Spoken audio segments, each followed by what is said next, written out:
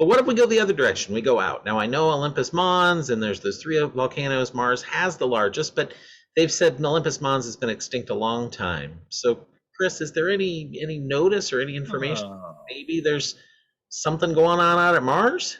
Well, yeah, hold on about the extinct business. Now, Mars famously has volcanoes. Famously, as you point out, most of our viewers will know Mars has volcanoes, and not just the big four that are in the center of the view here, but also a whole bunch of other ones stretching back through Martian history. We've never seen a volcanic eruption on Mars. We've never seen one, but then again, we haven't been looking for all that long. We haven't been looking constantly. Uh, it's possible we could have missed something, but more likely it just doesn't erupt as often. The question is, could it still do it today? And we've actually got some new research on that. On the left of your screen here, you can see the famous big volcanoes. And you mentioned Olympus Mons.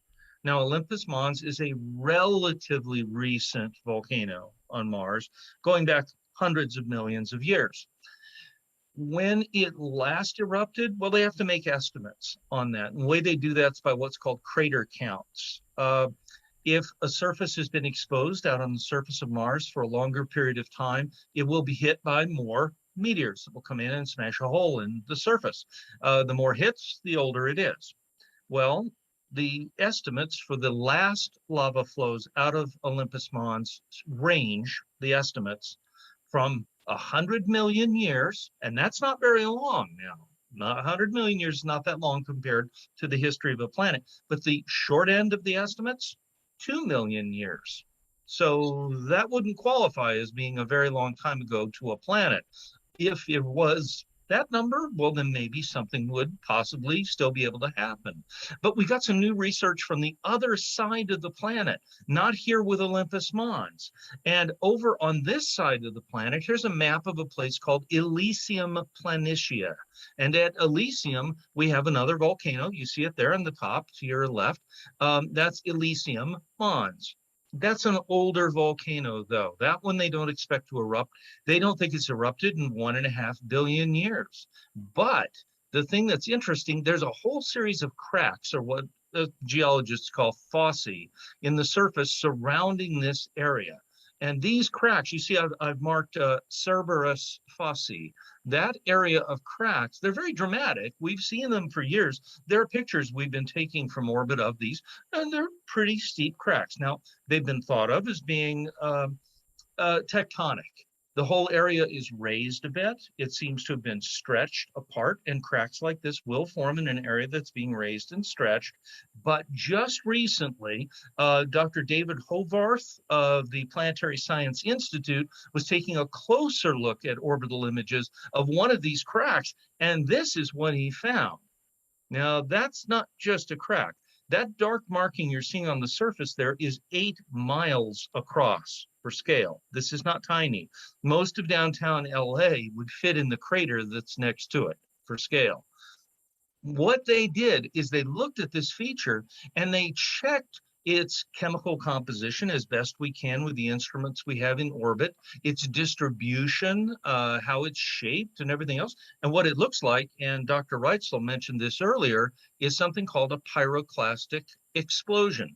Not a lava flow of liquid lava, but instead a gas-powered explosion from inside the planet that hurls out rocks and ash onto the surface. This is like what happened at Pompeii. On Earth, these things are very dangerous. Of course, there's nobody down here. The big question we have is, how recent is this?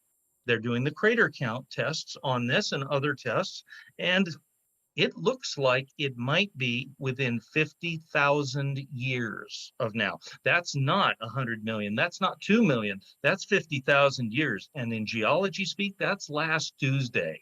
So if this thing did erupt 50,000 years ago, we've got our answer. Mars is not asleep. Mars could do something at any time.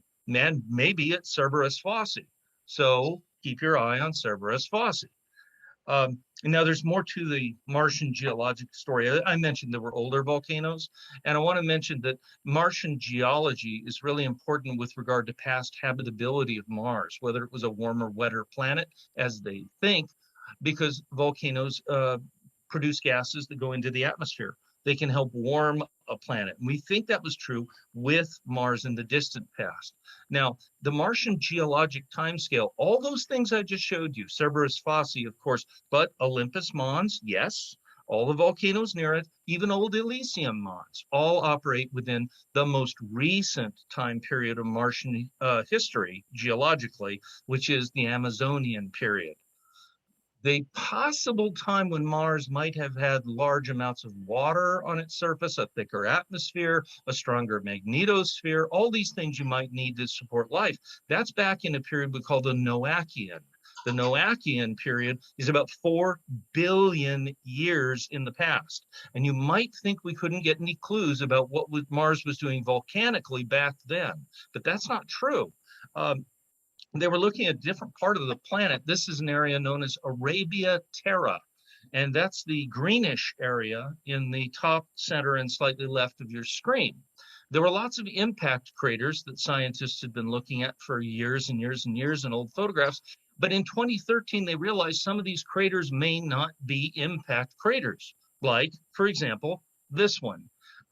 Ismenia is, well, it's no longer even called a crater. They call it a caldera because they think this is the mouth of an extremely ancient volcano back from that Noachian period when we think that there was more water and atmosphere on Mars.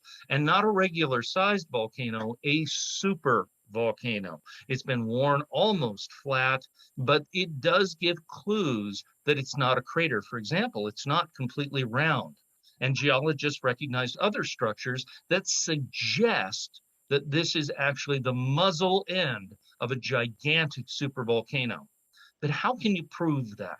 Well, just recently, Dr. Patrick Welley of the Goddard Space Flight Center started looking in detail at images, not where the calderas are. You'll see those in the west to the left of on the diagram there. They're colored in red. They didn't look there because the evidence is a little harder to see. But volcanoes of that scale would lay down huge deposits of ash all the way across Mars, and computer models suggest the wind blew predominantly to the east or to the right, draping across all those lands that you see there to the center of your screen. Well, Dr. Welley's team was able to look at them carefully and identified that there, for example, here, there are huge ash deposits, deep ash deposits, in fact, deeper than a kilometer. And they were also able to demonstrate by looking at the pictures that these had not been erupted somewhere else and carried in, say, to a crater by the wind or by water, but instead that these beds of ash are lying right where they were laid down. They're pristine. So this suggests that early Mars really was much more volcanically active, and they may have had a big role in giving it a thicker atmosphere and making it potentially a better home for life. So volcanoes are awfully important. Yeah, they absolutely are, and that's fascinating about Mars, and to hear that there may be super volcanoes and eruptions nearby. And I'm still then I'm going to hold out for Olympus Mons as well. If only a couple million years, maybe. That's not that long ago, so who knows?